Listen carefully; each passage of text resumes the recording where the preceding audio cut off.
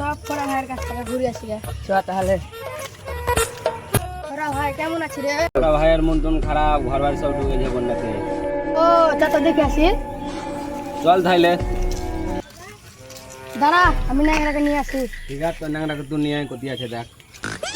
এই ন্যাংরা এখানে কি করছিস রে? তুই ওখানে বসে গল্প করছিলি, সেই লেগে তো ওখানে বসলাম। ফোরা ভাইয়ের ঘরটা বন্যায় ডুবে গেছে, দেখতে হবে নাকি? যাবো চ। চলো চল।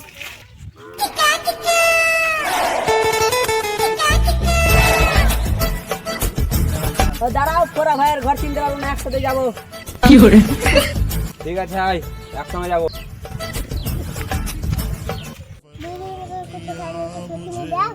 ঠিক আছে চল। चाहने की आस ने धरा কি খাবি? চল ভাই, তো থাকবে। চল।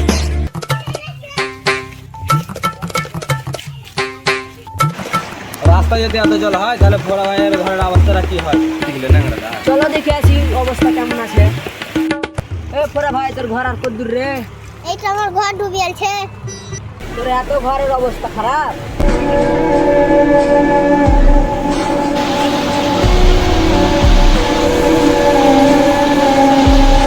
ফোরা ভাইয়ের ঘরের তো অবস্থা খুব খারাপ, তো চল মেম্বারকে বলি কি করছে। চলো।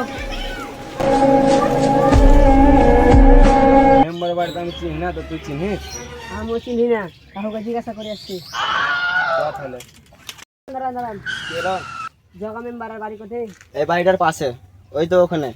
ঠিক আছে।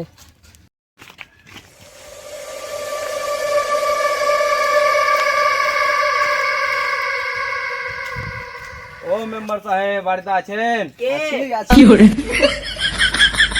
মেম্বার সাহেব একটু বাইরে আসেন না, দরকার আছে। আসছি আসছি। ওরে চেয়ার গেলা ভাই কর।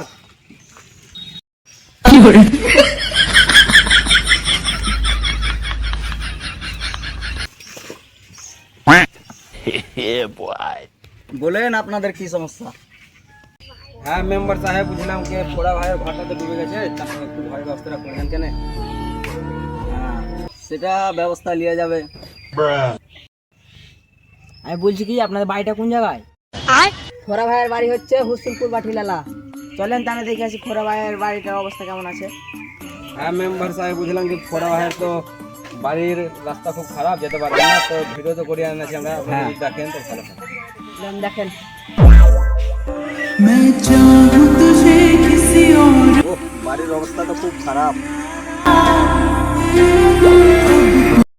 ফোরা ভাই তো তাহলে বহুত কষ্টতে বাস করে। দাদা তাহলে কিছুদিন সময় লাগবে আমার। মেম্বারি তো ঘর নেই, তাহলে আমার কি ব্যবস্থা করবে?